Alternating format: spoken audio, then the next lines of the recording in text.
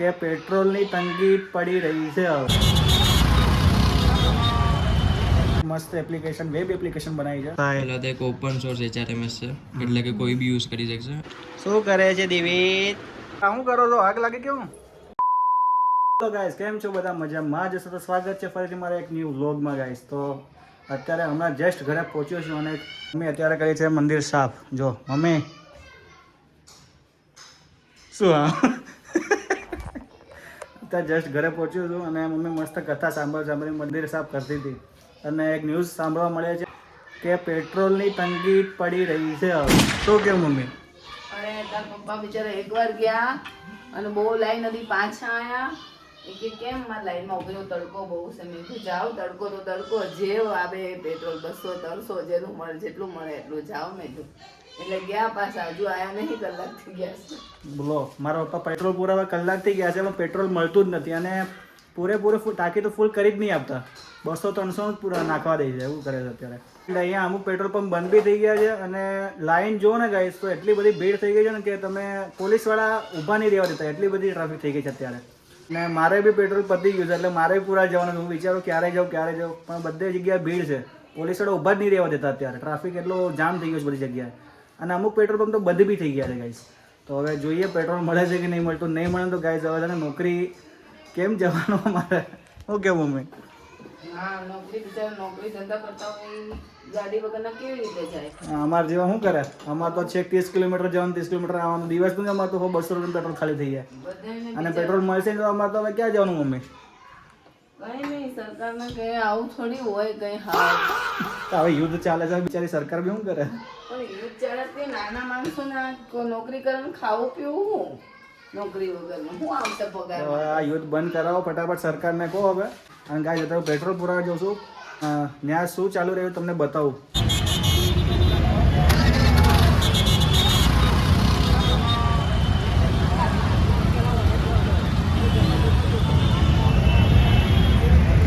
અત્યારે શું ને હું પેટ્રોલ પુરા ગયો તો પણ નંબર જ ના આવ્યો, કેમ કે એટલી ટ્રાફિક ને કે ત્યાં ઊભું રહેવા જેવું છે જ નહીં. પોલીસવાળા ઊભા જ નહીં રહેવા દેતા.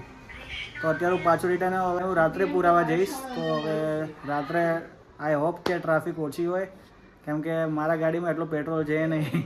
એવું દાવ થઈ ગયો અત્યારે આપણે પુરાવવું પડે એમ જ છે. પપ્પા પુરાઈને આવ્યા છે પેટ્રોલ? 210 તો માંડ આપ્યું. 210 તો માંડ પેટ્રોલ આપ્યું, એટલી ટ્રાફિક છે. અને આ તો બંધ કરી દીધું હતું, બધા ઝઘડા કરવા મળ્યા હતા. પોલીસની ગાડીઓ બોલાવી પછી ચાલુ કર્યું, હવે તો બંધ જ કરી દીધું હતું. એવું છે. અત્યારે 200 રૂપિયા ઉપર તો પેટ્રોલ આપતા બી નથી અત્યારે. જે લોકોના ટ્રાન્સપોર્ટનો બિઝનેસ છે એ લોકોને તો શું કરવાનું? બરાબર ને પપ્પા? તો હવે જોઈએ, સાંજે પુરાવા તો જવું જ પડશે હવે, કેમ કે પેટ્રોલ જ નથી. ગાઈસ પેટ્રોલ તો મળવાનું જ છે, કેમ કે છે ને બધી અફવા છે. સરકાર પાસે પૂરતો જથ્થો તો છે જ તે પેટ્રોલનો, એટલે પેટ્રોલની અછત તો રહેવાની નથી. અને આ એક અફવા ફેલાઈ છે પોકે, એના સામે સરકાર કાયદેસર કાર્યવાહી કરશે એવું જાહેર કર્યું છે. પપ્પા જાહેર કરનાર એવું છે ને અફવા છે. એ તો હવે લાગે તો છે, પછી હવે જે થાય.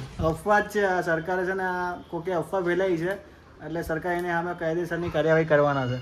ન્યૂઝમાં આવી ગયું. આપણે તો ગાડી રિઝર્વમાં હતી એટલે પેટ્રોલની જરૂર હતી એટલે પુરાવા તો જવું જ પડે.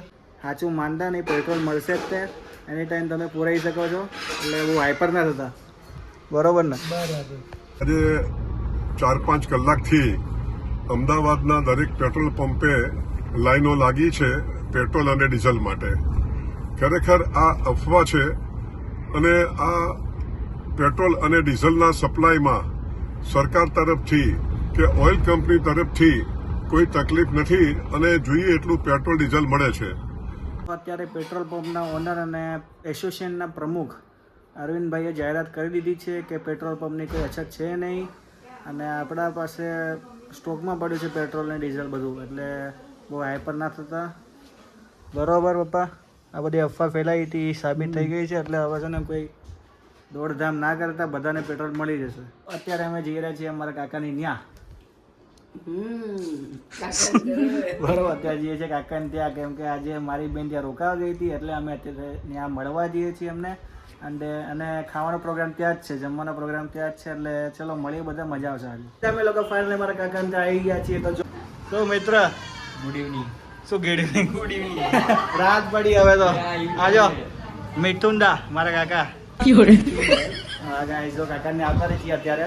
કાકી મજામાં? હા મજામાં. દાદી હવે આ દાળ બાટી એક્સપર્ટ. દાળ બાટી બનાવી રહ્યા છીએ. અત્યારે ગાઈસ અમે દાળ બાટીનો પ્રોગ્રામ કરી લીધો મસ્ત. આ એક્સપર્ટ છે, આપણા કાકી બી એક્સપર્ટ છે અને આ બી એક્સપર્ટ છે.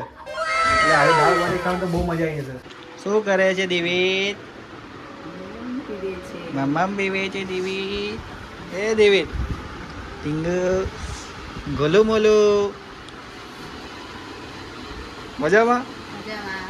અને કા પછી બહુ દિવસ પછી મળ્યા ને. બહુ દિવસ પછી વ્લોગમાં આવી છે ગાઈસ. આ તો રક્ષા કેમ કે છે ને અમારી તો મળાતું જ નહોતું એટલે આજે કાકાને આવી હતી એટલે ફાઇનલી અમે આજે મળી ગયા છે. શું કેવું?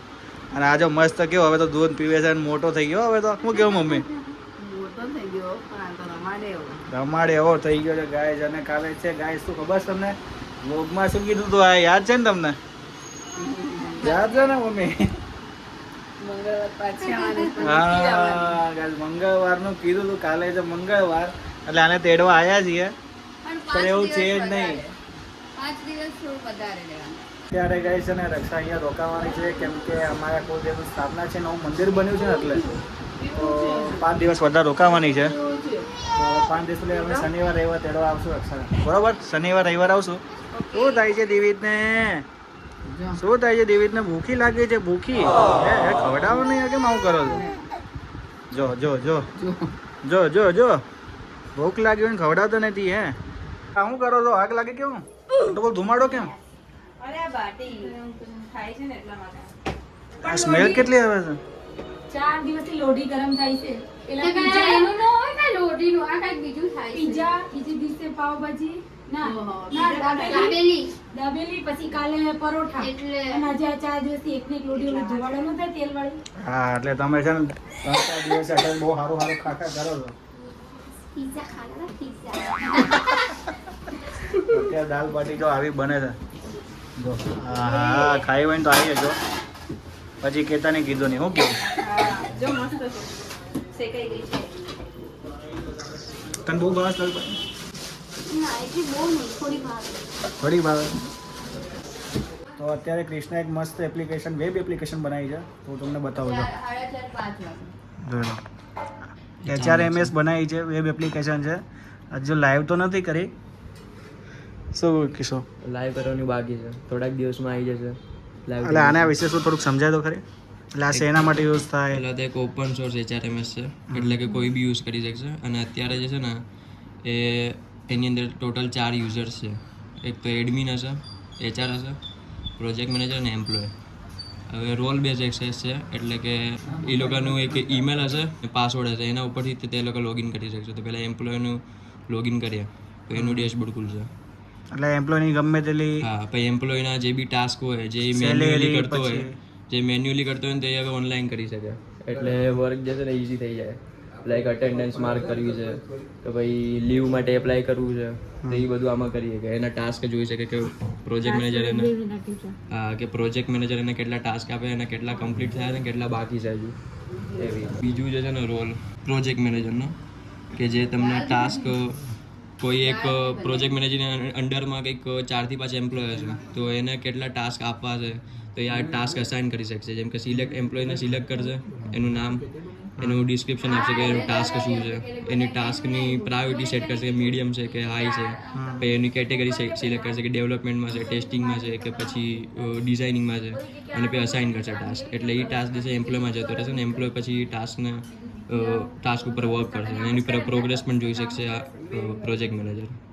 બરોબર. પરફોર્મન્સને રિવ્યૂ પણ કરી શકશે. થર્ડ જે છે ને એ છે HRનું છે, જે મેન છે.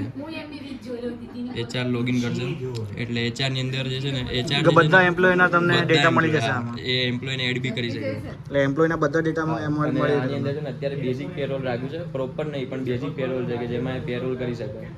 બરોબર. સેલેરી પેરોલ કે ભાઈ ટોટલ બેઝ સેલેરી કેટલી છે, ટોટલ બોનસ કેટલું છે કોઈ બી એમ્પ્લોયનું અને એનું ડિડક્શન કેટલું છે, બરાબર એવી રીતના થઈ શકે. અત્યારે બધું બેઝિક રાખ્યું છે પણ ફ્યુચરમાં અને એડવાન્સ કોન્સેપ્ટ રાખીશું. AI બી એડ કરીશું. અત્યારે AI વિધાઉટ AI છે, પછી ચેટબોટ છે, ઓટોમેશન છે, એ બધું એડ કરીશું. તો બરોબર જો ગાઈઝ એટલે આવી એપ્લિકેશન કંઈક બનાવી છે, વેબ એપ્લિકેશન છે એટલે અત્યારે પ્લે સ્ટોરમાં તો નહીં મળે. અને હું લાઈવ કરવાની બી બાકી છે, લાઈવ કરશે. આઈટીમાં સ્ટુડન્ટ છે અત્યારે ને આ બધા પ્રોજેક્ટો ચાલુ છે એટલે સારું એવો ગ્રોથ તો છે. શું કહ્યું? એકદમ બધા બેસી ગયા છે ખાવા. જો ખરી કેવા ખાય છે બધા. જો જો કાકા જો પૂનમ બેન કેવી બને છે મમ્મી?